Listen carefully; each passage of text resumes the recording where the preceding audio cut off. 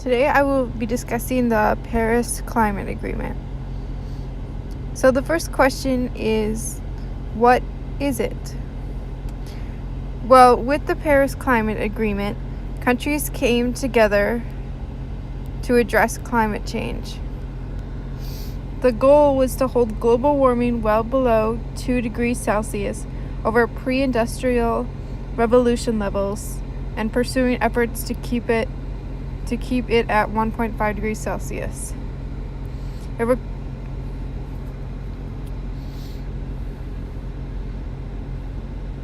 It requires immediate and deep reduction in emissions from fossil fuels. Greenhouse gases have to drop 40 to 30% between 2010 and 2050. Each country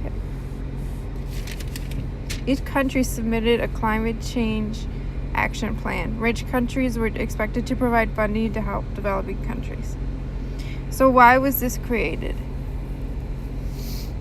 Climate change is an ever-present issue, and we are reaching levels that could be detrimental to the planet. We have a responsibility to keep it there for generations to come. Effects of climate change are becoming more present, especially in developing countries, although they are not the culprit for this. Industrialization relies more on energy, using more resources than ever before, and we need to make a change. Costs of pollution are also rising as more disasters occur.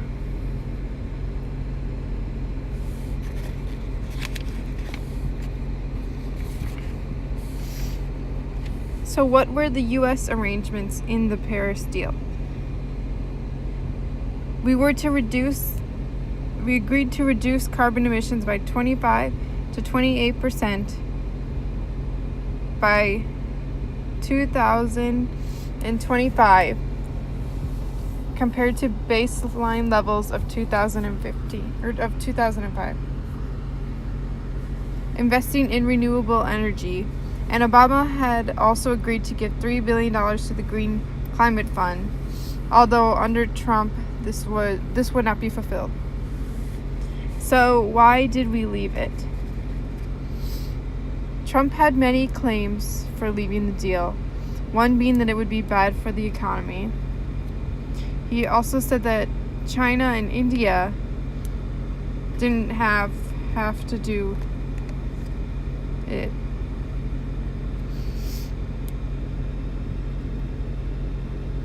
He also said that it would create job loss and was politically unpopular. He said that new negotiations should be advised. So are these reasons valid? The U.S. had already reduced its emissions under Obama, and we could miss out on a lot of opportunities as the rest of the world becomes more carbon free.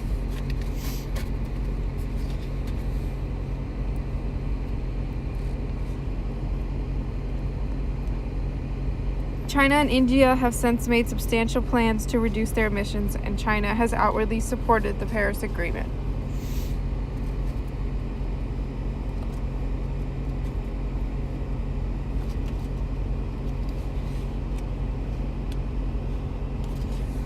Although current commitments by countries won't completely stop a 2-degree change, the plan was implemented for deferred reductions. Trump had also quoted an MIT study saying that the plan would only help a tiny amount, although the author himself of the study said that Trump took what he said out of context.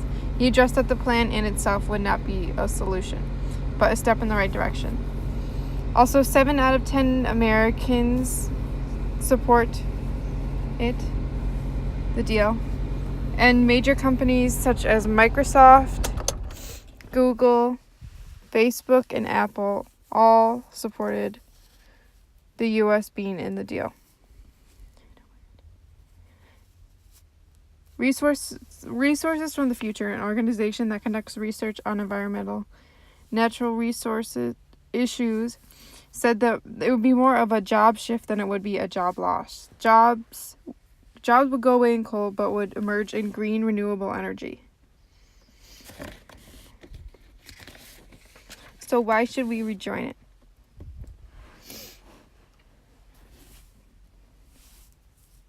As the United States, it is our international responsibility to do this.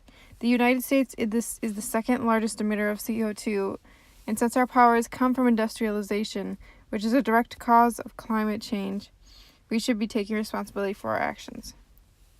It will also have negative effects on international relations if we stay out of the deal.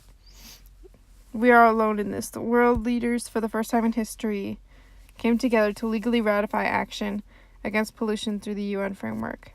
Also, Syria and Nicaragua had hesitated, but they eventually made commitments, leaving the United States as the only country in the world not to support the framework deal to combat climate change. This is an insult to other countries, including our allies, creating a rift with the U.S. and the rest of the world, which may also cause issues when the U.S. wants to make further negotiations with countries. There's also draws to attention domestic concerns. Several states, including California, New York, Washington, Connecticut, Rhode Island, and more, have already agreed to press ahead with their own estimating climate policies and reduce emissions. A group of governors, mayors, university leaders, and companies have come together to create their own plan to submit to the UN that meet U.S. greenhouse gas emission targets. Also, the cost of the regulations would be cheaper than the cost of pollution and its potential harm. It would create more extreme weather conditions, such as wildfires and hurricanes, and would cost more for the relief. We would also be missing out on a lot of opportunities. Withdrawing from the accord means we could miss out as the world becomes more carbon free. As renewable and green industries will progress and become more vital in the economy, we will be stuck in the dust. The world is changing, so why not go with it? As we hold on to fossil fuels, the world will move on. We will also miss the opportunity to sell new energies and invest in them. And there's obviously environmental problems that come with it. Continuous harm to climate also means more drastic storms and extremes in weather. The possible damages that could be made to the planet could be irreversible. It could condemn generations to danger of climate change. Also, it would take 3 to 4 years for a country to withdraw from the deal, so his efforts might not even fully extinguish the U.S. It is the first time the entire world has come together to address climate change, and this is a historic step in the right direction. This is a very serious issue, and for a movement against something to actually change, it has to be given international attention. The world is watching, the time is now, and the effect is real.